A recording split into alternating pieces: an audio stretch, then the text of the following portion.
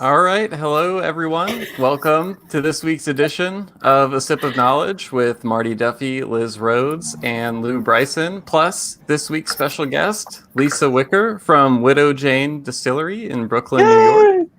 Yay! Real quick, before I turn things over to your hosts, I'm Will Hookinga from Zavvy.co. I want to point out a couple of ways you can interact with your hosts, with our guests today.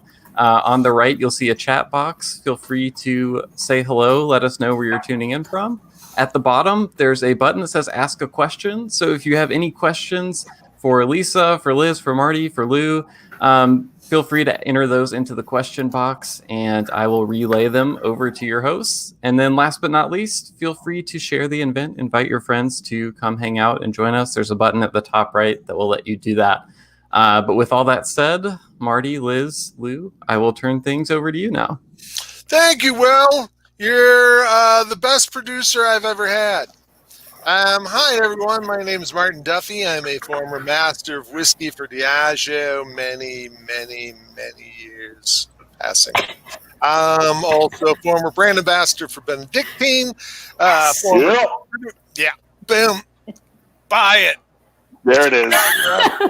Buy it. Using small amounts. What else have I done? And after the last 6 years, I've been working for Glencairn as the North American brand representative. Is that the chocolate one, or is it just black? No, I got to order the chocolate ones. I got to order a bunch of them for the boys in Scotland. No, this is the black Glencairn, which will be coming out September 30th. That's pretty scary. Yeah. Ready for October. And good for evil people to match their outfits.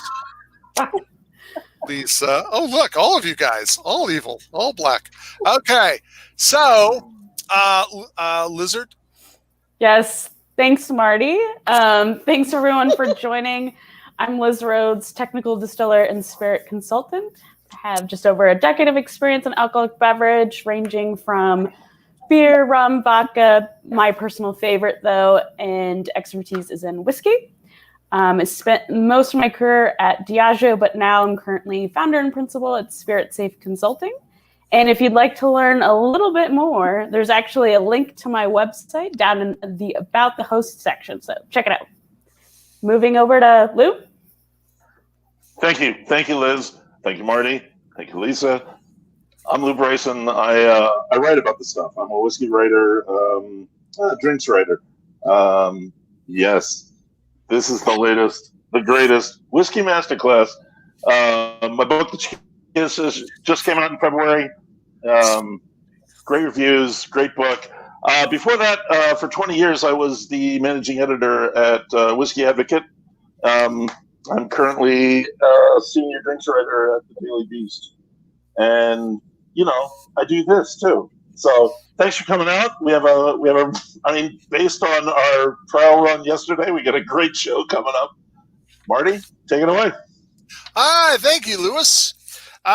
This week, we are very, very happy to have with us a woman that if you went into any bakery anywhere, you would find her fingerprints in those pies. They were whiskey pies. She has been very, very involved in the wonderful world of whiskey for over 10 years. And we'll go into a litany of different distilleries that she has worked with, but currently she is not only the distiller, but also the president of Widow Jane Distillery in beautiful Brooklyn, New York. Everyone, I'd like to introduce, over here, Lisa Roper Wicker. Yay! Hi, Lisa, how are you? I'm good. I'm happy to be on here. So that's quite the introduction. Yeah, well, I like to make it very flowery and bombastic. Yeah.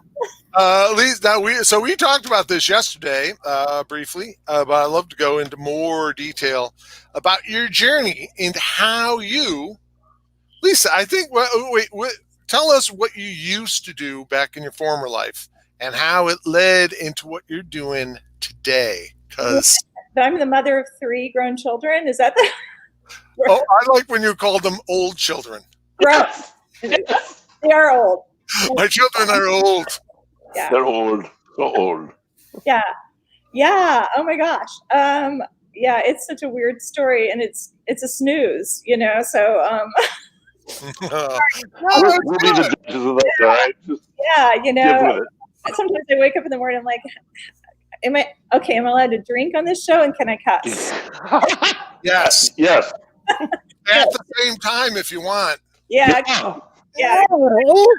Get on the stream of consciousness if you're used to dropping a word or two once in a while, and then you're trying to clean it up, and it's like then you can't remember like what we were supposed to say. Yeah.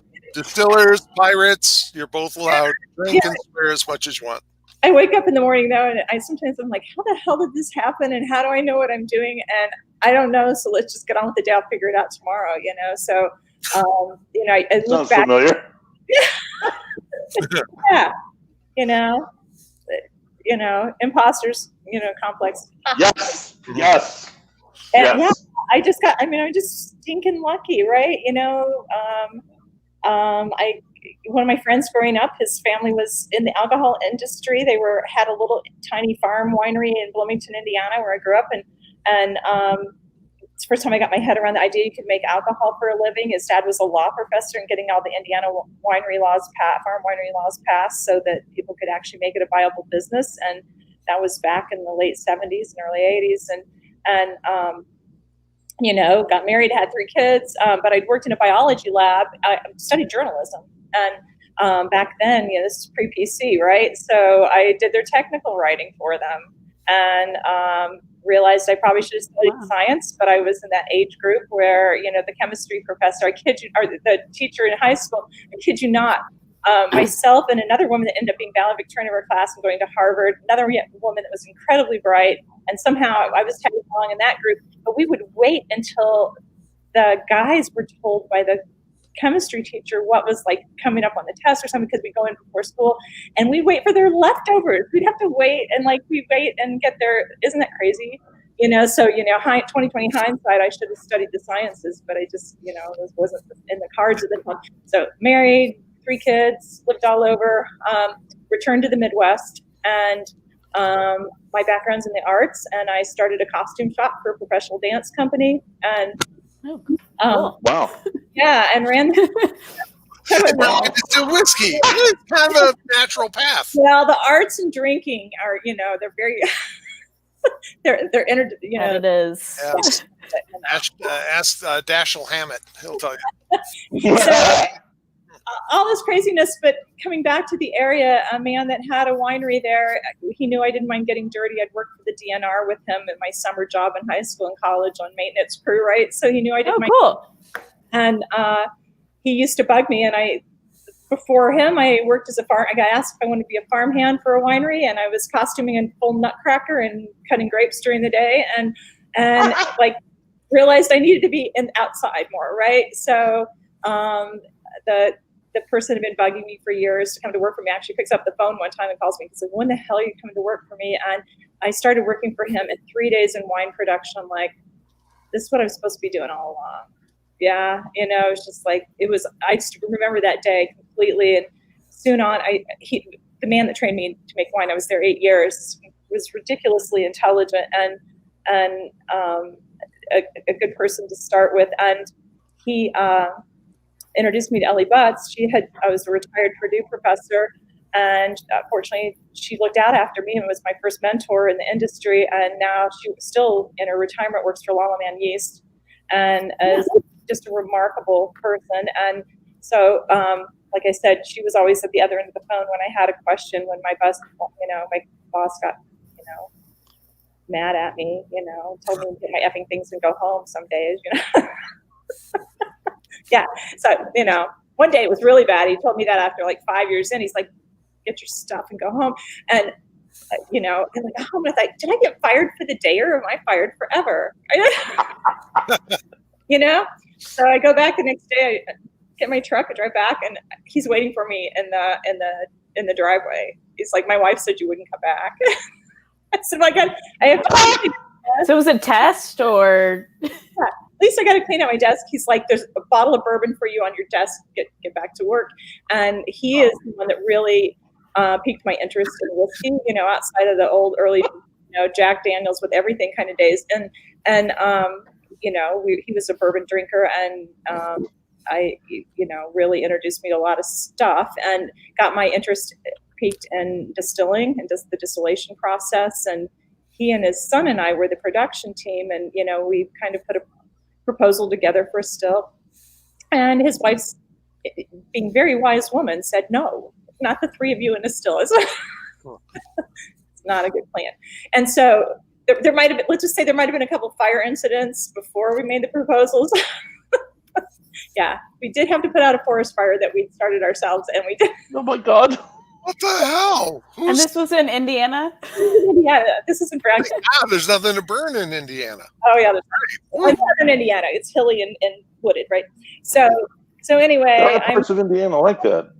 Yeah, I mean, who knew? Further south, yeah. Oh, further south. Oh, yeah. So, yeah. Actually, southern Indiana and Kentucky had a solid old European wine tradition. Prohibition wiped it out pretty much. Nobody was too poor to reestablish vineyards after that, and then things started moving west at that point in time. But yeah, so I was there 8 years, and my youngest was graduating from high school, and a family that we'd been buying grapes from in Kentucky came and said, "This is the last time you're going to be able to buy grapes from us. We're planning to build a winery." And my boss said, "Lisa's ready. You might think about hiring her as a consultant." And I'm sitting at their kitchen table in Marion County, Kentucky, 10 miles from Maker's Mark. And they said, "You're willing to move? Or they said, "We'd like to hire you as your winemaker." I'm like, "Okay." Like, I do everything. Like, okay. And then I tell my family later and then figure it out. So I did, and so I moved I was going back and forth until my youngest started college, and then the week she started college, I moved to Kentucky, and it was baptism by fire, right? We didn't have a building built, but we retrofitted a barn, and grapes were coming, and it was just insanity. It was just, to the point where fermenters were getting too warm, so I built a tent inside of the barn and had the air conditioning guy come and install an air conditioner. Oh, wow. Yeah, so lots of problem solving skills and craziness, and and bobcats and helicopters looking for pot, and because Marion County, Kentucky also has a reputation as growing in the United States, and so all kinds of craziness going on, right? So colorful, culture's rich, and like I said, in a very old wine tradition, Kentucky had the first commercial vineyard in the United States. Thomas Jefferson sent rootstocks down. Oh, wow. Places like Burke Springs, which is now Maker's Mark, there's advertisements because they also made blackberry wine back in the day. Wow. Just outside of Bardstown is Gethsemane, the monastery, and All right. it was founded by French Trappist monks, and they maintain a vineyard. You can still hike up to that vineyard knob for 100 years. From the 1840s to the 1940s, they tended a vineyard there. And, Bardstown's influenced by the French, and we all know that the French possibly, influenced the bourbon. And so it all makes sense, right? So, except how people in Kentucky pronounce French names. For sales? Yeah. Yeah. Yes. Yes. The French didn't stick around long enough to give diction lessons, I guess. Yeah. Everything from the cathedral there. It was the first bishop over the Proto-cathedral. I'm sorry. Proto-cathedral. I think they insist on that. Yeah. All right. Just a little. Again, you're doing history, so I'm going to throw this in. I'm Catholic myself, and I belong to the Archdiocese of Philadelphia. The Archdiocese of Philadelphia and the Archdiocese that Bardstown is the seat of were founded the same year, which blew my mind. So was New York, Philadelphia, right. and Bardstown, Kentucky. Really? Yeah, they all celebrated their 200th anniversary of the same year, which is nuts. Yeah. Until you go up driving around in the hills. You go up driving around in the hills around Bardstown and Hardin County, and you'll see those the statues of the Virgin in the half bathtub, the buried bathtub, the Mary on the half shell thing. It's Mary. all through the hills. Bathtub Marys, yeah. Yeah. Yeah. Sorry, I wondered a bit there. It's completely different. Completely different. Oh, yeah. Yeah, the Sorry, Lisa. Drive on. No, you're fine. Yeah. So, Yeah. Lisa, when did you start getting into actual? When did you've been into wine quite a bit? When did the whole whiskey thing start happening? Yeah, so I would have this, because I got this, idea that I'm going to distill in my head, right? So I get myself on the legislative committee with the wine group and think that I'm going to get a still, help change the law so I can get a still to make brandy. And during that time, the owners of the winery went through a very spectacular divorce. And I saw the writing on the wall and looked like the winery was going to go down with the divorce, which it did. And so I booked a ticket to Sonoma, and early enough, like it was May, and say, okay, I'm just going to have to go out there and talk to some of my friends that have told me I could work harvest before. I'll just go out, I'll work a harvest, I'll come back to Kentucky and regroup and figure out what I'm going to do for there. And I had already been working in the evenings with Steve Beam at Limestone Branch. We used to joke that I had a license and no building. He had a building and no license. He was waiting on his. And so we got to be friends. We're on the same timetable as far as opening businesses up. And we started working together on a brandy project, right? Because I could make the base wine and he could distill it, although there was technically no law for us to actually drive it down the road. Yeah, it was goofy laws, right? So it was actually a client project for him, and we started that. But I started blending with him in the evenings and playing around with some product, and we started some of the white spirits that he had. I worked through some things with him to hopefully improve, and it seemed that those things were working because the stuff I brought from winemaking, right? Because my background was in landscape architecture, and I found out what worked, bringing it over from winemaking, and what didn't work, dragging that over, and so I had the first brown spirits release for Limestone Branch. It was a sugar whiskey base, moonshine, and and manipulated it with some tricks that I knew from winemaking. Steve was looking for the Kentucky Bourbon Festival for us to pour it at the All-Star Sampler, and we did. And Mark Gillespie tasted it and looked at Steve and he goes, "Can I interview Lisa right now?" And it's like, oh my God, maybe I'm onto something here, right? And it was that moment, I'll be forever indebted to Mark for that, and because it was the boost of confidence I needed, and boost of confidence I think the Bean family needed to know that I was not going to screw up their business completely. And and then Mark and I find out later, he goes on LinkedIn, and Mark grew up in Brown County, Indiana, and so it's full circle. Oh my God. Went to Indiana University at the same time. Mark's younger than I am, but we went to Indiana University at the same time, and wow. It may have been in the same, maybe post basketball parties at the same time, and So Mark and I, he was having my grandmother as a teacher by a couple years because I didn't grow up there, but that's where we moved back to, right? I grew up down the road, but so Mark and I. God almighty. Booze is a small town. Yeah. And so I was at Limestone Branch for 3 years, and baptism by fire, 60, 80-hour weeks, lots of blood, sweat, and tears, literally, where you're getting home so I was living at Bardstown at the time, you're getting home at 1:30 in the morning, and you got to be back on site at 6:30 or 7, and just some crazy stories, crazy stories. I was always been amazed. You talk to distillers. Steve is hilarious to work with. I mean, it can get intense, but just dumb things. Like one night we were going to put some vets came by and they asked about restaurants. And it must have been like a Monday night. Like none of the restaurants are open. And Steve's like, "Why don't you run to the grocery and we'll get some steaks and put them on the grill and have them come back, right?" And so they were still going to go back. So Steve runs in and he's pissed at me. Right? Oh, I'm not supposed to be. I'm trying to speak good words. I'm trying to say good words. And so he's really mad at me. He's like, because you didn't get any fired. You know what I'm trying to say. Charcoal? Lighter fluid. Lighter fluid. He's like, "You didn't give me lighter fluid." And I looked at him and I said, "We make You worked at a distillery." Yeah, wait a second. And he went beet red, and he was so mad. Right. Yeah. Anyway, yeah, we had a few of those stories, like crazy, just absolutely insanity. But my goal there was a lot of like the white product that we were putting out. Because, when you open a craft distillery, there's two things. You either release white product, which the critics were horrible. People were terrible. They would come in and like, I can't believe some of the stuff people would say. It's like, well, if you don't have an endless amount of cash, putting barrels down is a reverse pyramid scheme, right?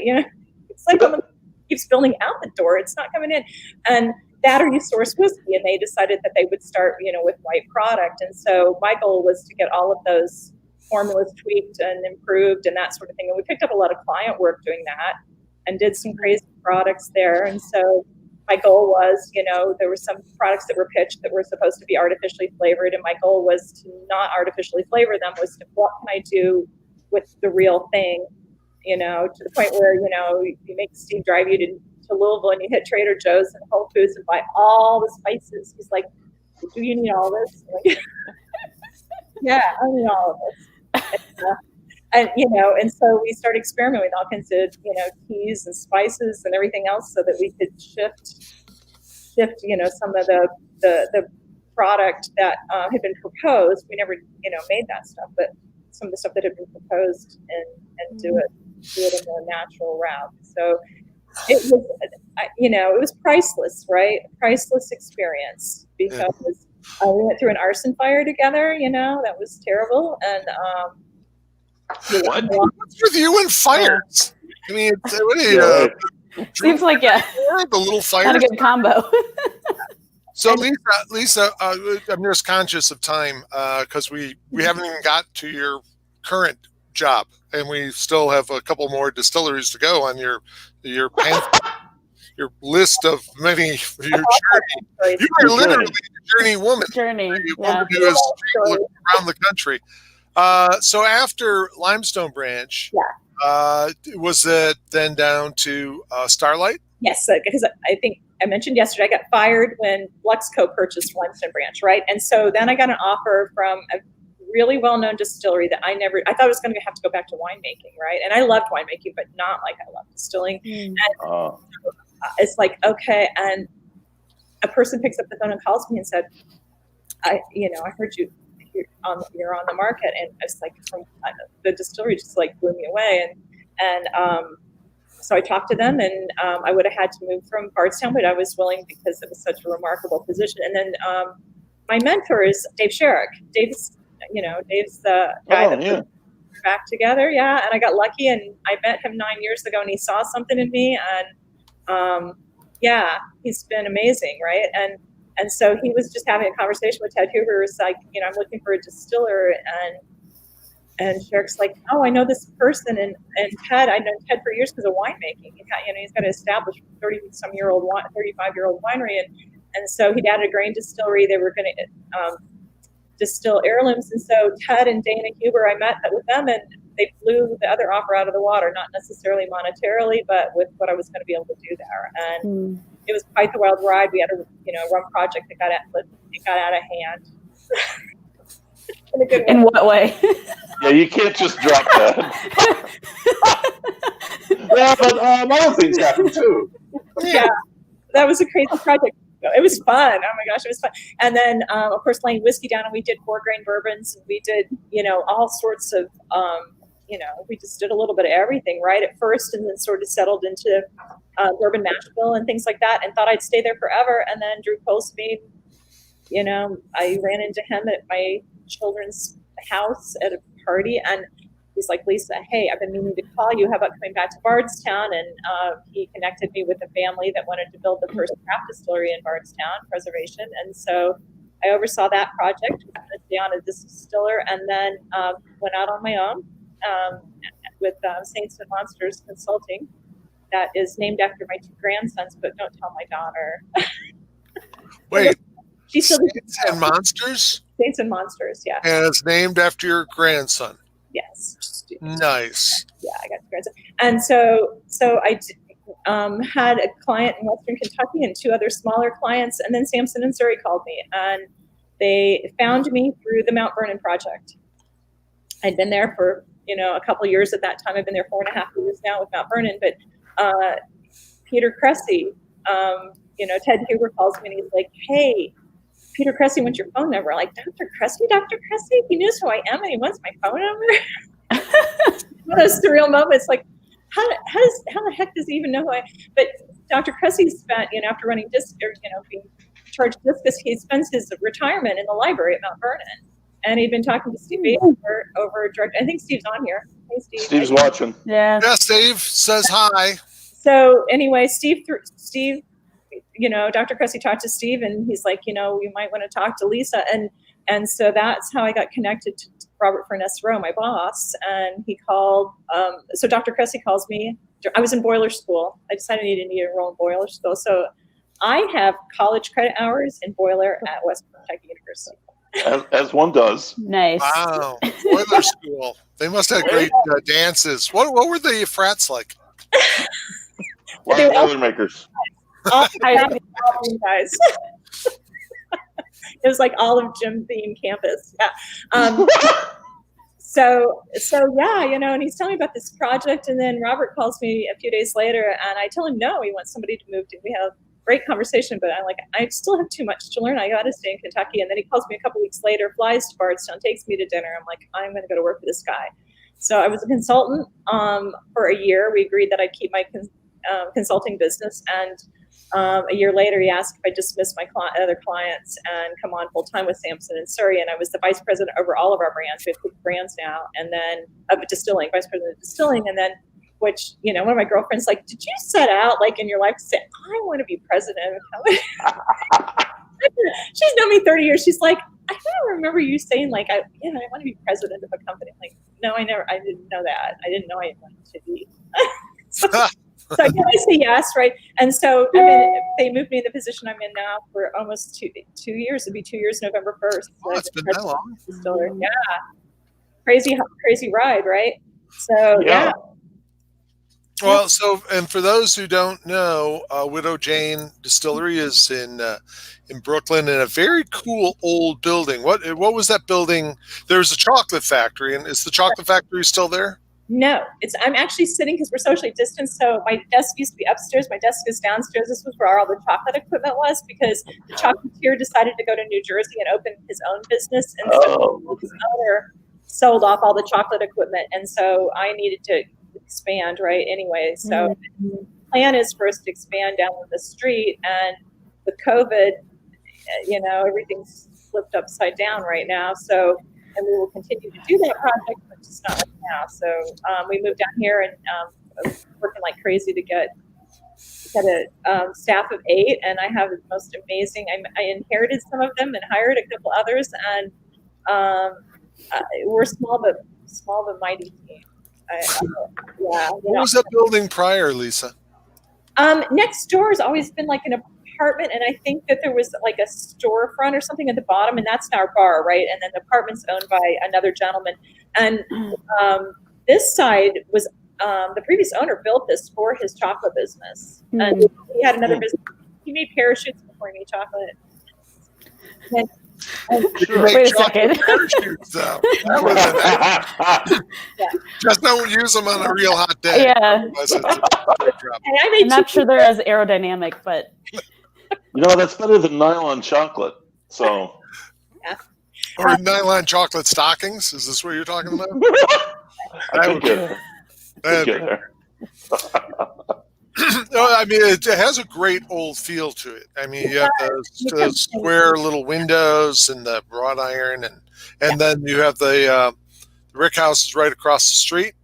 Correct. And you can't reveal the number of barrels you have laying down. Yes. In Brooklyn, 700, which is somewhere between 700 and 900 here, but everywhere else, I don't even know right now. Quite frankly, we got a lot of barrels. We're in the thousands and thousands and thousands. Oh wow! Whoa. Yeah. Whoa. Yeah. I've been all right. Can we talk? Well, go ahead. What are you saying? Yeah, because we can't make all that here, so we're making something. Yeah. So can we talk about when Widow Jane, and this was pre Lisa, when Widow Jane first started. Okay. Big controversy, right? And this was true of a lot of different distilleries, kind of putting out a story that wasn't necessarily accurate. Right. Wasn't 100% true about the whiskey was being, the water was coming from the Widow Jane well, and that it was all being distilled there when a lot of it was sourced. So, why? Tell us about that, and then how the company rectified all that, so to speak. Yeah, rectified. I haven't rectified anything. No, I don't mean literally. I mean figuratively. Rectified. Yeah. Corrected it. Be careful. You people are all literary. No wonder you're taking it literally. Yes, it's very cool. Exactly. Sorry. Freaking writers. This is so interesting. I'm just easily distracted, right? They sourced some fabulous barrels, right? Dave Pickerel was actually in on this project early on when he was sourcing fabulous barrels from all sorts of people. Was there shit he didn't do? He was haven't found anything yet. A lot of pies with big, huge, a lot of pies. Chunky Dave Pickerel fingers in them. And like you said, as lots of distilleries did, that's a little thing to distract you. The stories were there, and now we aged 10 years. Let's see here. It says Indiana, Kentucky, and Tennessee on the back of it now. And then, of course, we're making our own bourbon and laying it down, too. So the story kind of cleaned itself up. Also, as it's been more accepted for people to source, I think people, early on, people are in everybody, all the brands that did that's defense. Like when I was at Limestone Branch and you heard so much criticism, everybody was so like, well, where's your whiskey? You weren't allowed to source it, and you weren't allowed to sell white stuff. People were so hypercritical about both of those things. It's like, okay, so what do we do? I guess if people don't want to buy whiskey that we said we didn't make, then I guess to say you're going to. And by the way, they don't really want to drink gin either. So forget that shit. They'll buy one bottle of gin because they visited, and they drank a little too much, and then so like, oh wow, well, I'll take a bottle home. But my goal is always trying to sell that third bottle. Don't worry about it, because you can sell the first bottle, right? You can always sell the first bottle. And second bottle, you hope that you can sell them. You want them to say, okay, after couples like, okay, well, that's not my favorite thing. And you're going to say, oh my gosh, I've got to go. That's one of my things that I replace on a regular basis on my bar. We all have those, right? And you want your brand to be one of those replacement brands. So anyway, we just told the truth on it, right? About where it is. We made sure all the labels. Before I got here, Samson Surrey, the first thing they did when they purchased is do a label audit, right? And a self audit, right? About trying to make sure that everything was 100% accurate. And then the wine water thing, we actually do use wine water for proofing, but it's not from the Widow Jane line. The Widow Jane name came from the folklore in Rosendale, New York. Some people say Jane was real. Some people say it was another woman that they nicknamed Jane, so it's folklore. It was based on truth because the wine owner was a really terrible person, Mr. Snyder. And this woman was in his life when he passed away. Apparently she was a very gentle, kind soul. So that's where the folklore comes from. That's where the name comes from. You can still visit the Widow Jane mine at the Snyder property. You can actually go into the mine. Our mine, so Widow Jane mine comes in here on the backside of the hill. This hill is what they call an Iron Mountain, right? So like the copy of the Magna Carta is like in this hill, right? And wait, what? Yeah, it's an Iron Mountain, so it's a storage there's a business called Iron Mountain. Okay. Gotcha. Yeah. I thought you meant it was like iron ore and they mined it. No, there's famous. Or is it? Documents and stuff in some sort of like underground, whatever. So I hired some water geologists, and we did it right? So we hired some water geologists, and the Widow Jane mine comes in like this, and one of the Rosendale mines comes in like this, and we withdraw from the Rosendale mines the water. And so our mine is obviously under lock and key because I'm sort of insane about whiskey quality. And so people that hate the brand, you see comments on the thing is like, oh yeah, I went to the Widow Jane mine and I peed in the water. like, well, that's nice. Can you just say you don't like the whiskey? You know, and so, but ours is under lock. People like have enough time on their hands to just like. It's a form of distillation. I mean, in a way, my mom used to go. She'd go to Ireland and kiss the Blarney Stone, and then afterwards they tell her that locals peed on it. So, and it didn't change her. She felt that made it even more Irish in a way. So, Oh yeah. Yeah. Oh my God. Yeah. So that's almighty. Yeah. So Are you going to change your name to the Rosendale Distillery, though? no. Just thought I'd throw that out there. Yeah, you know, she's still part of the folklore. And, you know, we are supporters of the Snyder Museum, the Century House up there. And we have a partnership. In fact, one of our art directors is going up tomorrow so we can help them set up some outdoor exhibits because of COVID, right? Yeah. Oh. And so we have a great relationship with them now. And yeah, the woman, we have regular conversations with the woman that runs the place, and she's charming and is, all the bad blood, I hope, is all gone, and we've cleaned all that up, and, we're trying to work off our own personal reputations and just trying to be decent, good people and do what's right. Right. So, yeah. And the water, oh my gosh, the water is amazing, right? At first, when I inherited this project and I was tasked with a couple things, it's like, don't chill filter, but keep the proof at 91. Okay, Liz, we know this, right? We're not at the magic number not to chill filter, right? Yep. And so I had to work on getting the whiskey polished so that we just, so that what, wasn't a bunch of any block, yeah. And then finally one day, one of those 2:45 in the morning things that's like, I thought, I'm going to get fired before I ever get hired here because it's taking me so darn long to figure this out. And all of a sudden one morning I woke up and thought, I know what we're going to do here. And I dragged something over from winemaking and so that piece of it, but the mine water itself. And when I first started, because we don't cook with it. New York City water is actually really good water. I mean, we end up, of course, carbon filtering it before it goes into the cook. But, people there's actually these units you can buy to if you want to make New York style pizza in Arizona or bagels in Missouri, that you can buy this unit that actually turns your water into New York City water because it's so good, right? Which is so stunning. It's some of the best tap water I've ever tasted. It really is, actually. City, who knew? Crazy. Does it come with Pizza Rat? I don't know. But yeah, so that's the water we use for mashing. But then the proofing water is from the cave, and you go in there, and first your eyes are trying to adjust, and you're just hit in the face with all this minerality, and it tastes like fresh rain that's just on dirt, and it really is amazing. And early on I'd get lazy when I'm blending, and I'd just use whatever DI water or RO water I had on my desk, right? And then the difference is I've had the water recipe broken down for this water, and the mineral recipe is almost identical to this couple of really famous European mineral waters that we all like. And so it does add something. It adds body. It makes some notes pop. I mean, when I'm blending, I'm always looking for dark stone fruit, which is a Widow Jane characteristic because we're a big whiskey, right? And baking spice. And sometimes I won't catch the cherry or the dark plum notes or something like that. And you add the mineral water, you add the cave water, and those notes pop.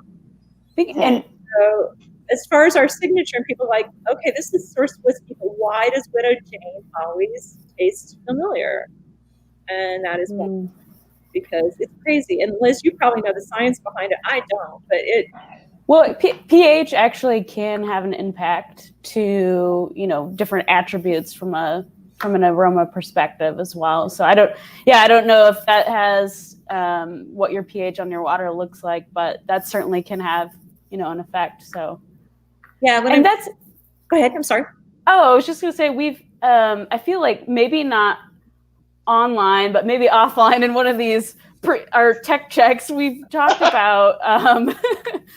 We've talked about the whole branch water or the water pairing, that whole movement that's happening. It seems like this artisan water, whether it's an Islay Scotch, or we're gonna pair it with this, seawater or something like that. Have you heard much about that? Do you think that plays a part into Widow Jane in terms of?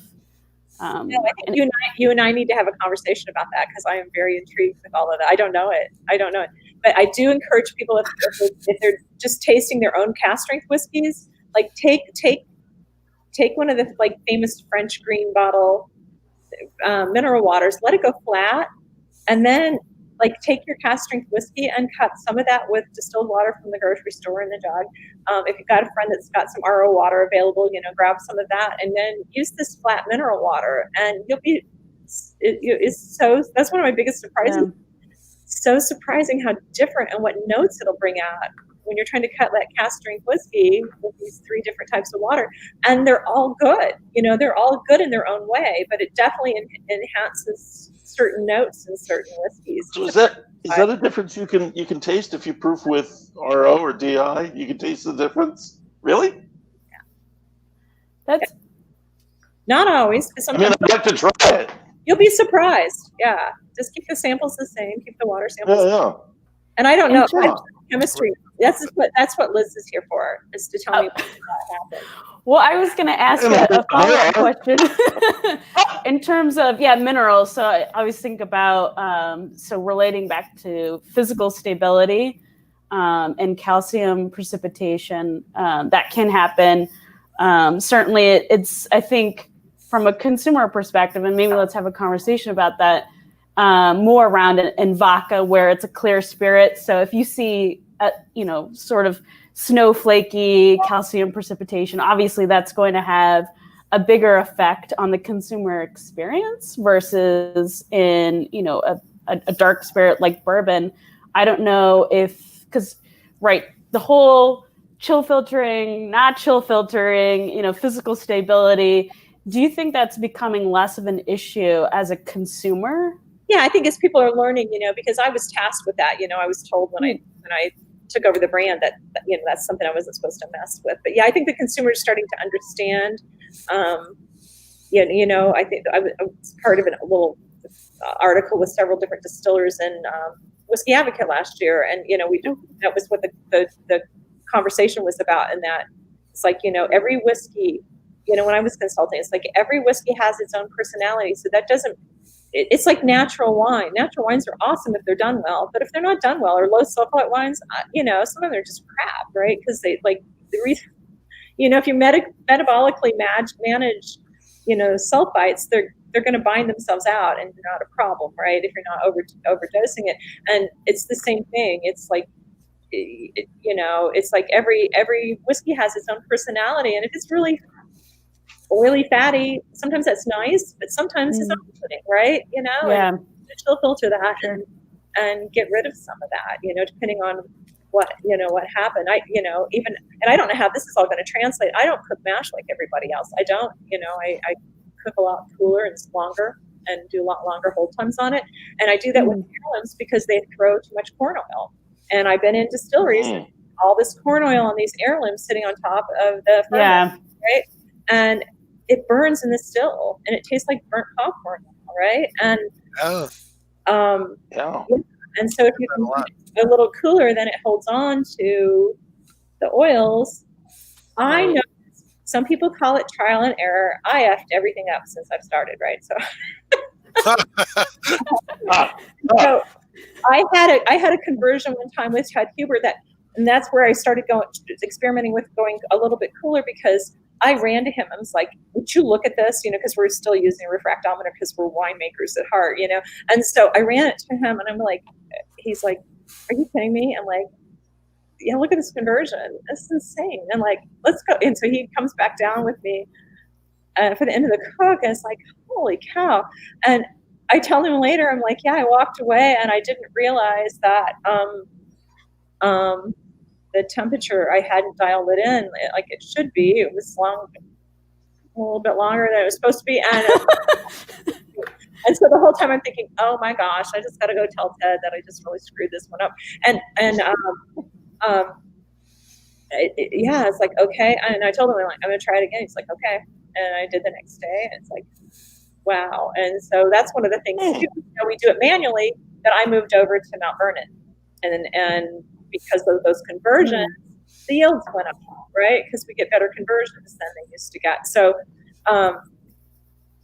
it makes more whiskey better, especially when you're growing heirlooms. You're trying to get, every little shred of sugar out of it. So, I got lucky. I just got lucky because, it could have gone the completely other way. Like, you're fired again. And that's a bit water off your back. First off, fires. Yeah, I'll see you tomorrow. Keep coming back the next day. And you hey, Lisa, could you give a rundown for those who haven't been to Widow Jane? Basically, the various whiskeys that you guys have there. Last time I was there, you had quite a few. We have quite a few. I don't have them all in front of me here. We have our flagship 10-year that used to be the single barrel, right? And I'm blending in this. My bosses were really kind and let me pick how many barrels I wanted to blend. I've settled in on 5. Anything larger than that, it starts to get a little bit. This was just the easiest one to keep repeating, right? And as they didn't want to drop the 10-year age statement, and that's why we went to 3 different states too. Because as I'm trying to source barrels, I want to be able to buy the best barrels and not just be locked into a particular state, but I can always represent all 3 states in the blend. And so sometimes it might be a little bit heavier on Indiana, sometimes maybe a little bit heavier on Kentucky, and always complemented with Tennessee. And so, like we bought, another person and went with me down to, I can't say where I went. We went to buy some whiskey and cliffhanger. People who are everywhere. You have too many secrets, and so I like you guys to feel like we're in our living room, because like, hey, we could talk about this, but and so we go, and the whiskey was really nice. It was solid, and it was kind of a blank slate and really good, but it was drinking way too young for its age statement. We kept tasting through. This is actually some I made, so I can hold this label up in front of you. But it's like, we're like, is this as old as it? It wasn't tasting as old as the label was representing. But we moved those barrels. And just so you know, there's a little gift shop trick that if you need to find something out and nobody has any idea who you are, and you can start going and ask questions, and it's always the gift shop guy that'll give up all the information. That is a good tip. Noted. Yeah. the gift shop guy. Yeah. The old gift shop guy trick. Don't be over. I'm the gift shop guy. Hey, by the way, Sure. What do you need to know? we don't have any stills in Right. back You here. have to What do you know? ask it like you're not really invested in the answer, just sort of, okay. They're all like Mr. Drucker from Green Acres. So what are some of the other whiskeys you got? That's where you go for all the real stuff. So anyway, and sure enough, I got the answer that I thought, that maybe that rick house wasn't with all the other rick houses, and obviously why it wasn't matching the profile for that brand, and but we moved it, and now it's almost accelerating. It's like, holy cow! It's like it wanted to match its age statement, right? So it's like, so the profile of what I'm blending, of course, is shifting, right? Even though it's the same barrels, it's like, oh wow, we're really getting some age on these now, and a lot more tannins and things than we had before, and that part's fun. It's always keeping you guessing, right? It's like, holy cow! And so because we can't store everything here, it's a chess game. I sit down with our director of operations, and she and I and our barrel manager, and we're like, okay, we know this is how this rick house is performing in this state, and we know the corner of this rick house is not this floor of this rick house. It isn't even like that floor, so we're going to have withdrawal barrels from this floor and that floor, which drives me crazy. Is that something that you're trying to mimic or bring in as you're transitioning from sourcing to in-house? Obviously, thinking about the weather in Brooklyn versus the weather in Kentucky, for example, is that elements of that are you trying to bring in, or you're just like blending, that piece where you're able to really manipulate and try and, match flavor profile? or are you just trying to create something, unique by bringing in-house? I don't know the answer yet. We laid Baby Jane down, our heirloom project. We've never laid it down we sell a year-old expression here so people can get their heads around what we're doing, right? And we're going to, we only sell that at the distillery. We're getting a little bit of attention for that. And so, we're watching the barrels and, taste and see how things are coming along. And, it'll be ready when it's ready. And so the wonderful thing about the sourcing and blending is we can do that until, we have a viable product that, right. I joke that my grandsons are going to be rolling the barrels in the nursing home going, here, May, let's taste some whiskey. Yeah. Yeah. But so, That's a Lisa, beautiful what picture. are some of your other whiskeys? I'm sorry, Marty. Way back. To go way back to the He is original. relentless. I am relentless. I forgot. I got distracted. Sorry. Yeah. I know. The little shiny thing over here. Go ahead. Let's see. We have, I can't believe I don't have the other ones here. Oh, I put a picture up on Instagram yesterday of part of our lineup. So we have a 12-year-old that our single barrel program used to be 12-year-old. It turned 13. We had some proofing weirdness, right? Because we all know some barrels gain proof, some barrels lose proof. And that's the reason I'm saying, even from the different floors of one of our rick houses in state, that like the proofs were coming in low. It's like, oh my gosh, this is below what we bottle our single barrels at. So we tried to figure out what to do. So I tell my boss, I'm like, I have a proposal. We're going to, call this Unlucky 13 because it's Widow Jane. He's like, Lisa, we're not calling anything unlucky. Call it Lucky. So he said, let's call it Lucky 13. And the juice is delicious. It's so freaking good, but it wasn't going to match. And so what I do is I move it to the next proof point as soon as I know I can get enough mineral water to make those notes pop, right? Those dark stone fruit and then so that product is now coming in a range of fruits, and that's because we talked about taking it all down, like to the lowest one. But remember Maker's Mark? Remember that whole thing? Right. Remember Original Coke? Yeah. Don't mess with it, right? So but that's been really well received. And the bottles are the whiskey's just delicious, right? It's single barrel Indiana juice. And then we have, I did a 14-year-old last year, the Vaults. I'm doing a 15-year-old right now. And, cool. Look how dark. Nice label. And this is the Vault. Yeah. On the life is just a real thing. Robert picked this as one of the top 20 whiskeys for so far in this century, and it sold out in no time.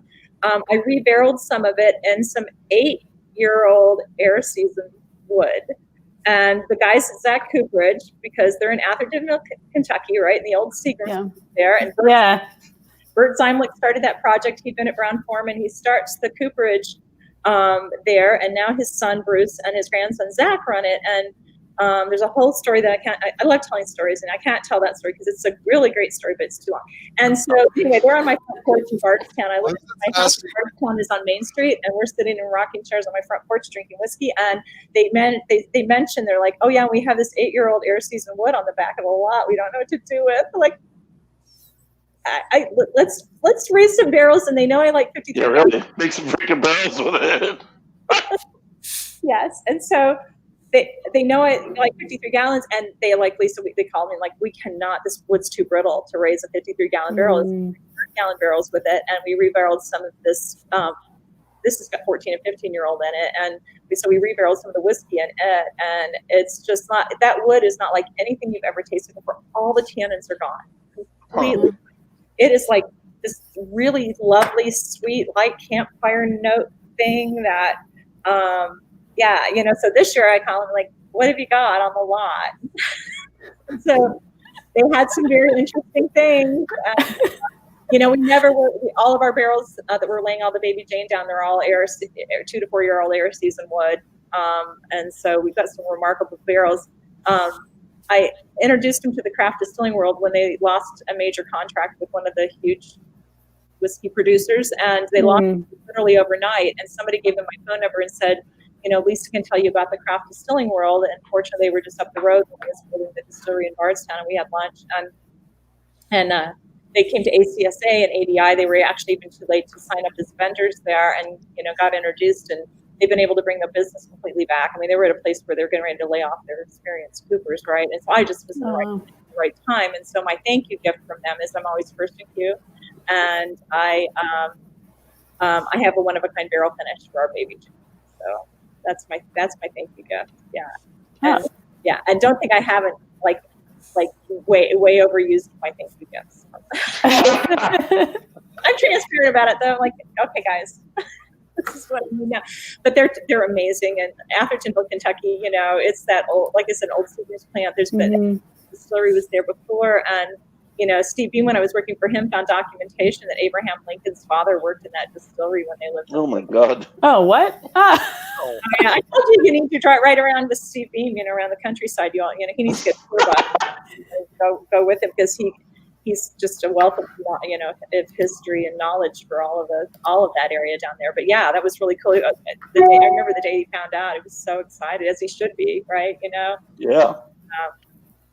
Yeah, and so Athertonville, it's and then you got to go on to to Leahy's and in Hodgenville to get a hamburger. But yeah, so the whiskey industry's been good. My kids are grown. My daughter and son-in-law left Chicago. She's got a food chemistry degree from Purdue, and she was working in the food industry in Chicago. And they met and married and had my first grandson. And they thought they were going to open a restaurant. They realized they're going to need some family support in Louisville. And then the big yellow house on the roundabout in Bardstown went for sale. And my daughter called me and she's like, "You don't believe this circus for sale." I said, "Are you telling me what I think you're telling me?" And she said, "Yeah, we're going to trying to make a go of it." And they opened a restaurant and knocked it out of the park, and he got discovered by Makers. And I saw, Marty, that you had my son-in-law's name in something you posted today on for the Purdue Festival. Newman Miller is my son-in-law. Oh, yeah. Yeah. And so my daughter, they still do private. They don't have daily service at the Harrison Smith House, the original one, but they still do private parties there and run that restaurant at Makers Park now. And then and then my son, he's DC. I tried. He's an attorney and lobbyist on Capitol Hill. Marty, you met my son a couple times, and he's judged his Second World Whiskey Awards this last year. And oh yeah, yeah. And then he's got a great palate. And then my youngest twin or husband are the whole graduate student things, and they're major consumers. But your son seems very. I thought he was a lot younger than he was. Yeah. Because he's in his mid-30s now, and that's nuts. I know, and so he looks so much younger, but there's a story, this is years ago, and he's in some Senate committee meeting or something. They're like, "We need to dismiss the interns." Some senator says, like, "We need to dismiss the interns." And looking around, and like, he doesn't leave, and the guy's like, "We need to dismiss the interns." And then finally somebody's like, "Oh, Jordan's our attorney." Yeah. He's like the Dickie Hauser of attorneys. Yes, he is. So anyway, just nice that it can be part of the family, but if my grandsons are in preschool and they're mixing cocktails. Now you're still consulting, you're still working with others. I am not. I just don't have enough hours in the day. I've completely committed to Widow Jane for the time being, and of course Widow with Mount Vernon. That's a passion. That's what I was going to get to. But I like to volunteer there, and yeah. So that project until I get. Can you fire a volunteer? See, that's the other thing. If you don't take pay, then they can fire you. See, you're almost fireproof. Yeah. Fireproof. Yeah.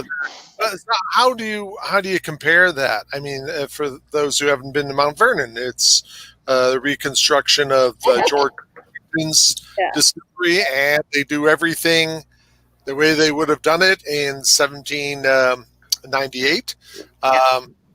And it's crazy. It's really labor intensive. Yeah, I tell people exactly the same, different. It's all, you're still grain and water and temperature and all that sort of thing. And so, last year the Castle and Key fermenters are 11,000 gallons and Mount Vernon's, 120. So I love working. I'm sure Liz does too. You just love working across that whole big spectrum of, everybody's plants are different sizes. Yes. Yeah. And there's always something a little bit different every single distillery. And the challenge of sitting down and doing the math, and trying, and we're all, Mount Vernon, Steve's very experienced and good at what he does, and he's got a couple other staff members. But remember, they're history majors by day, Yeah. They're, and so they've done a remarkable job of, they adapt 2 times a year, and that project's just amazing, But it's just you can't. It's just so basic, right? You don't have, we worked on a rum project 2 years ago, and with Maggie, yeah. Oh, And unfortunately, Maggie and our schedules were so insane. So I was there for the first part, and we literally missed each other by a couple hours because our schedule was so tight. It was terrible. And so, but great working with you. And I set the fermenters, and it is so freaking cold. And so I look at Steve Bayshore, and it's like, I know this is a historic place, but go to every PetSmart and buy every aquarium heater you can find. We're dropping. Oh my God! And we did, and we had space heaters, and we were taking shifts trying to stay as late at night. So, because we can't leave space heaters. Yeah. Overnight. We're going to burn the place out. And we ended up building a tent. And again, a tent like I had done years before. Yeah. Inside the distillery there, so we could keep as much heat and keep those fermenters going, right? Because early on, I oversaw a brandy project, and I couldn't be on site for part of it. And I'd written the protocol because they were going to do it in June. I'm like, well, that's a little bit hot with these, for your site, and ask them what kind of temperatures. I'm like, oh yeah, I can get really hot. We can already be in the 90s outside. And they call me, and they're like, the fermenters aren't taking off. I'm just making myself sick. It's like, what in the world? And I run my protocol up to Ted Huber. I'm like, would you just look over this? Did I miss?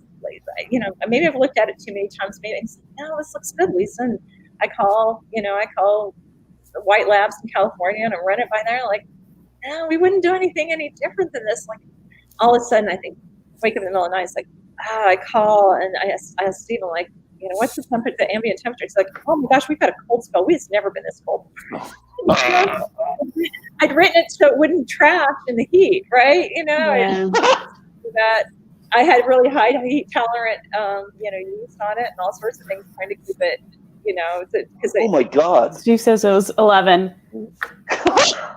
Assuming that's Fahrenheit. That's my issue. I always have to say 11 because I was thinking, was that possible? It was bitter cold.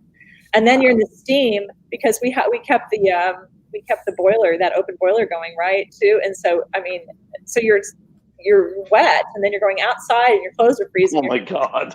Yeah. It's crazy. It's fun though, when you get on the other side of those projects, those stories are worth all of it, right?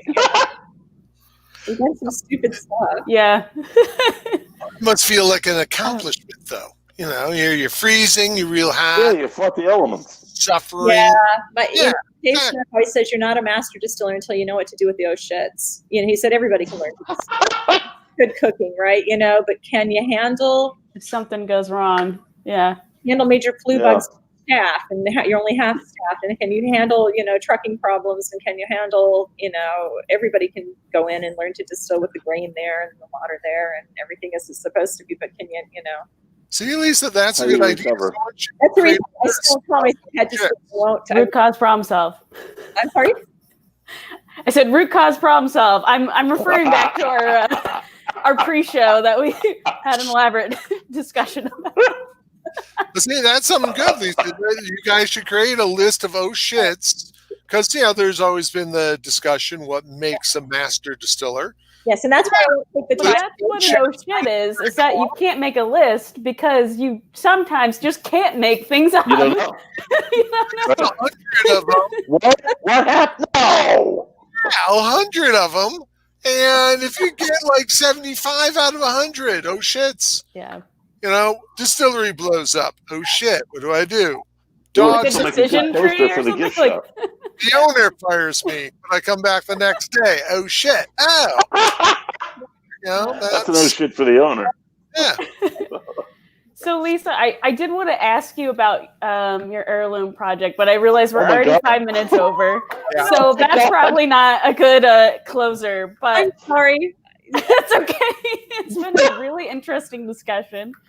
But I did want to ask one thing. So since you have a wine background, do you foresee a brandy ever making its way in the Widow Jane portfolio? I don't, only because we're so whiskey oriented, but never, but never say never, right? I'll say that and, get off of here and somebody will call me, and say, hey. Let's make it brandy. Aren't there a bunch of vineyards up in New York? I'm sorry, Marty. Aren't there a bunch of vineyards in New York? Oh yeah. New York we have the second largest number of distilleries. California has more. Oh, I knew that. But I meant vineyards. Yeah, the New York State Distillers Guild is a really remarkable organization. I'm really enjoying, being part of that. And in fact, as soon as we get done here, I'll jump on the that lobbying part. Right, tomorrow are my actual assignments because we're virtually lobbying this year instead of being on Capitol Hill. But there's all these beautiful vineyards all up through the Finger Lakes and all through central New York and out on Long Island. And there used to be a commercial for New York wines, and they used to use the theme song from the movie The Big Country. You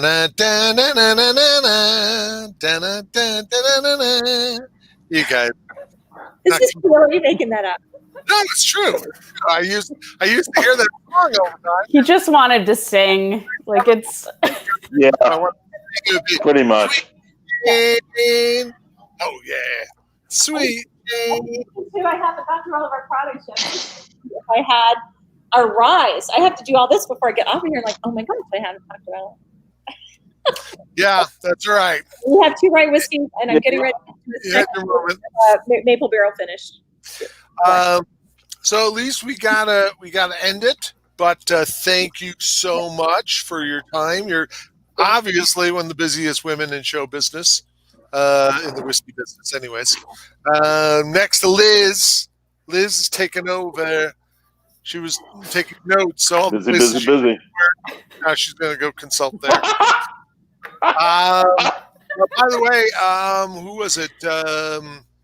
Alex Moore. Alex Moore mentioned he loved Lou's book, Tasting Whiskey. That's a great book. This was Lou's first book, which has there's an acknowledgement in here, I think. Maybe. If not, this one definitely does. And next week we're going to have the man you've been talking about, Lisa. He is the man. I think he's the man. He always seems like the man. He's the man. He's part of the man. Yeah. It seems like a real team over there. Yeah. At Mount Vernon, that Steve Basher is going to be with us next week. Boom. Talking history. And actually, that'll be really fascinating just to find out how they built that thing up and rediscovered the whiskey. I want to ask you about the grain mill, because the one time I've been down there, we ran out of time and didn't get to go over and see the mill. I really want to see the mill. See it? Yeah, it's fascinating. Yeah, you got to get back over there. It's pretty neat. So on behalf of everybody, thanks, Lisa. Thanks. Thank you. You can tell I haven't talked to any other human beings, so I'm sorry I talked so much. No, we all have some of that. You talk to the same 3 people for 4 months, and you're like a disrailed train. And you ask a question, woo, hey, it's off the track. It's over there. No, come back here. Put some tracks back under you. Whoa. There is a link down below to the Widow Jane website, though, so go check it out. Go learn more about their portfolios. Thanks, Liz. Yeah. Lisa, tours not happening yet? Not happening yet. We're trying, and every time we try to get there, the governor decides that we got to do something different, and the mayor's doing his thing, and so we're really close. I personally gave a tour last Saturday, and we're getting ready to get them relaunched as soon as we know how to handle everything safely. So. Can people walk by, throw in money? The door's open, right? Yeah. Thank you. I'm excited. Yeah. Again, like I was saying, I moved here in May, and I've been patiently waiting to come visit. So you'll see Liz with her nose pressed up against the window. Lisa. Yeah, no, you're more than welcome. Well, if you want to run over after hours or something, we can definitely do that. So, and folks, don't forget, Christmas is coming up. So's Halloween.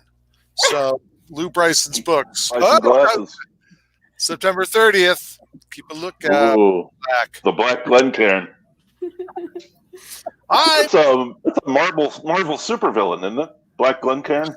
Black Glencairn. Somebody was saying, there's an actual Glencairn. Someone sent me a picture of a Glencairn with a Karen on it, crying into the phone. Saw that on social media. Yeah.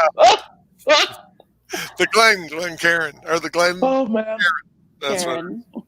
On that note, Lisa, it's been a pleasure. Thanks so much. And Thank thanks everyone for joining. Bye bye. Thanks. Hi, kids.